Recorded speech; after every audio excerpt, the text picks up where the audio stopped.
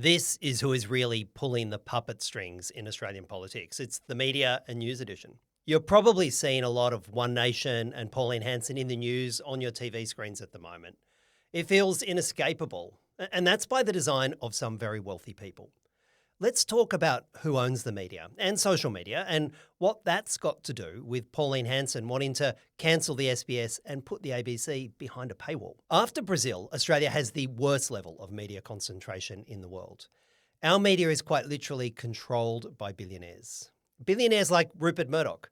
He controls 2/3 of the newspapers, 2/3 of the online news, and 100% of Sky News TV. And he's mates with Trump and paid $800 million to prevent a trial where he would have had to admit to pushing lies about a stolen election for Donald Trump. And he was behind the phone hacking scandal, that one in the UK, but claims he knew nothing about it, despite paying out $1.9 billion in costs and damages. He's systemically denied climate change and regularly pays zero tax in Australia.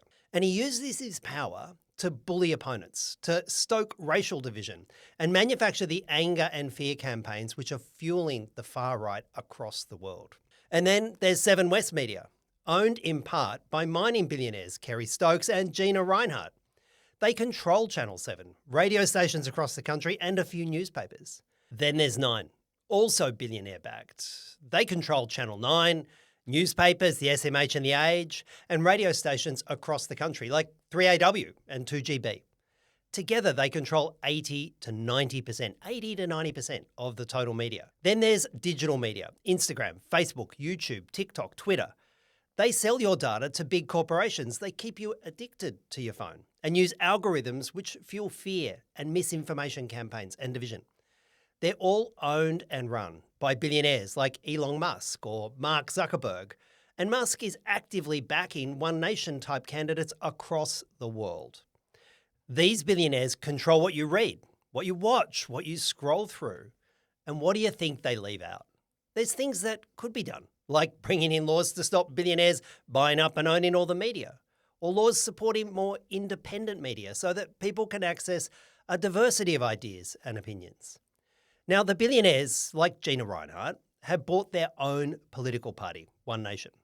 She's investing in his companies and they have a shared ideology, which is why Pauline Hanson said she wanted to cancel SBS and put the ABC behind a paywall. Why would she want to do that?